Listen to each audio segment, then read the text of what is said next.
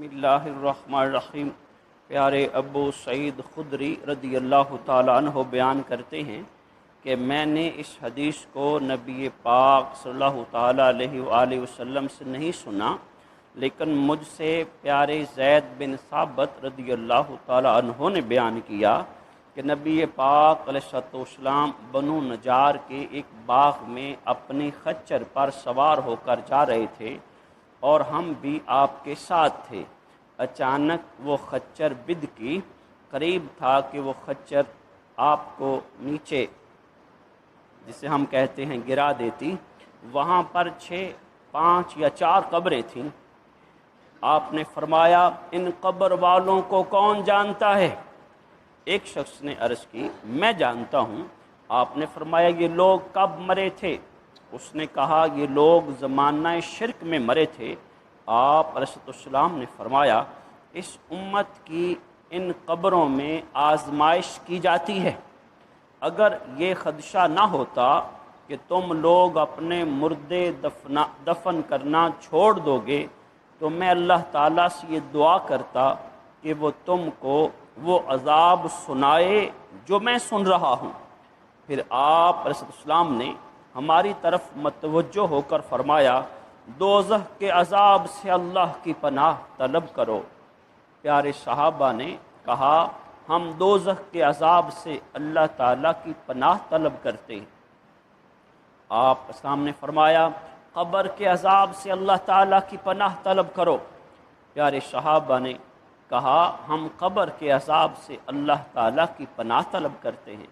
آپ السلام نے فرمایا، ظاہری اور باطنی ہر قسم کے فتنوں سے اللہ تعالیٰ کی پناہ طلب کرو۔ صحابہ نے کہا، ہم ظاہری اور باطنی ہر قسم کے فتنوں سے اللہ کی پناہ طلب کرتے ہیں۔ آپ السلام نے فرمایا، دجال کے فتنے سے اللہ کی پناہ طلب کرو۔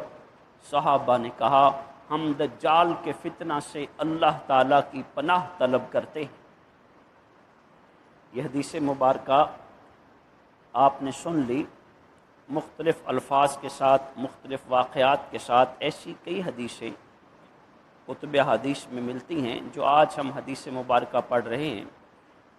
اس میں پیارے محبوب صاحب نے فرمایا، اس امت کو قبروں میں آزمایا جاتا ہے، اور پیارے محبوب نے جو چیپٹر ہم پڑھ رہے ہیں اس کے مطابق بات کریں، جہاں جہنم کے عذاب سے پناہ طلب کرنے کا حکم فرمایا، وہیں قبر کے عذاب سے بھی پناہ طلب کرنے کا حکم فرمایا۔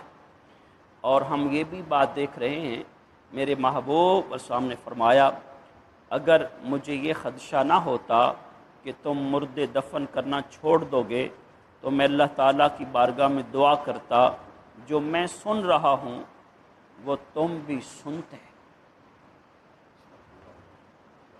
ہمیں اسلام نے بتایا، اگر اللہ سونا اناج میں گھن نہ لگاتا تو کوئی بندہ اناج کو دوسروں کو نہ دیتا، اس کی سرکولیشن نہ ہوتی، جس کے پاس آ جاتا کئی سال پڑا رہتا، تو ہم سال بعد اس کو قریب سرکولیٹ کر دیتے ہیں کہ یہ خراب ہو جائے گا۔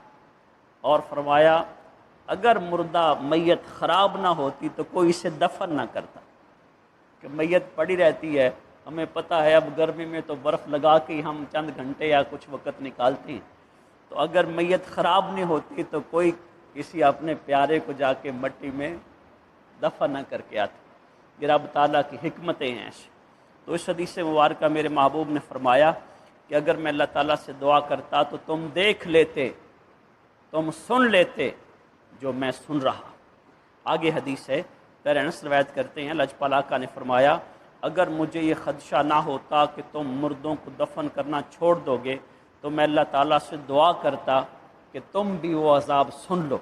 پیارے ابو ایوب انصاری روایت کرتے ہیں، اللہ پاک آقا نے فرمایا، سورج غروب ہونے کے بعد میرے آقا باہر آئے، آپ نے ایک آواز سنی، میرے محبوب نے فرمایا، یہود کو قبروں میں عذاب دیا جا رہا ہے، یہود کو قبروں میں عذاب دیا جا رہا ہے۔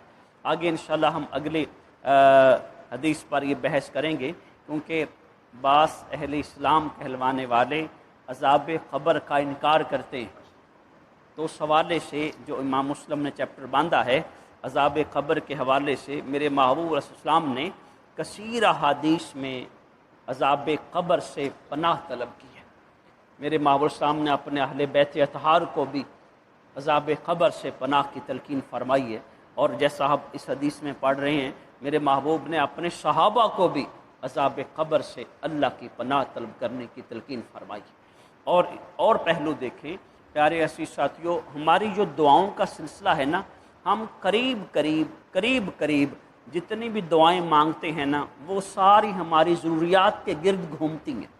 جو ہمارے مسائل ہیں، جن سے ہم دوچار ہیں، جو ہمیں ضروریات ہیں، احتیاج ہم جس کی رکھتے ہیں، ہماری ساری دعائیں نا، نماز کے بعد بھی کہیں اور بھی ہم ساری دعاؤں کا اہتمام بس اسی لیے پیارے اسلام کو پڑھ کے دیکھیں، میرے محبوب کی مناجات کو پڑھ کے دیکھیں، دعائے معصورہ پڑھ کے دیکھیں، پیارے صحابہ اولیاء کرام کے ہم دعاؤں کے طویل سلسلے پڑھ کے دیکھیں، وہ یوں اللہ کی حمد و ثنا کرتے ہیں، وہ یوں اللہ سے بخشش مانگتے ہیں، اللہ کی رحمت و فضل طلب کرتے ہیں، اللہ کی بارگاہ میں اخروی رحمتیں کیسے طلب کرتے ہیں، اس جہاں کے فتنوں سے کیسے پناہ طلب کرتے ہیں، ایک طویل سلسلہ ہے۔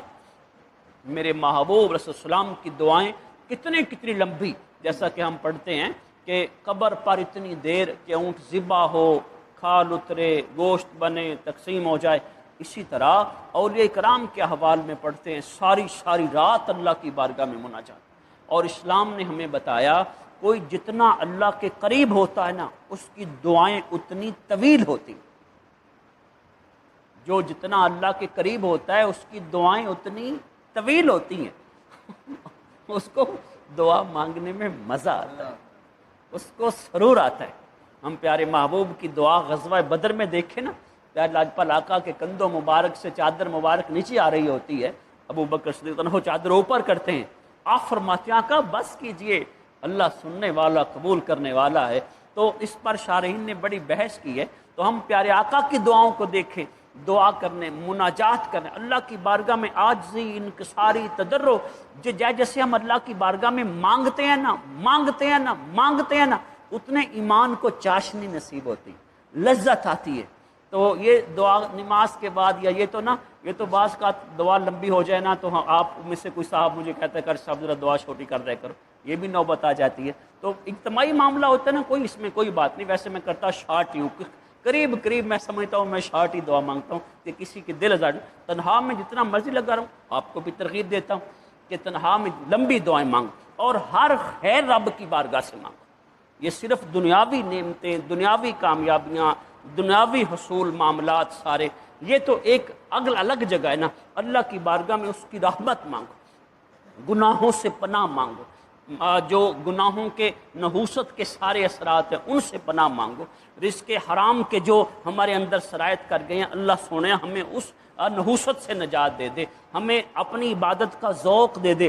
پیارے معاذ بن جبل تنہو لجپال آقا نے جو تعلیم فرمائی نا، جو ہم دعا پڑھتے ہیں، اللہم اعنی علی ذکری کا و شکری کا و حسنی، میرے آقا نے فرمایا کوئی نماز آپ کی ایسی نہ ہو جس کے بعد آپ یہ دعا نہ مانگے، یعنی آپ یہ، اور اس میں کوئی نہیں ہے مجھے نوکری مل جائے، کوئی نہیں ہے مجھے فلاں چیز مل جائے، کوئی دنیا کا کوئی، اے اللہ مجھے اپنی عبادت کے لیے طاقت عطا فرما، مجھے اپنی عبادت کے لیے قوت، توفیق عطا فرما، سعادت، لذت عطا فرما۔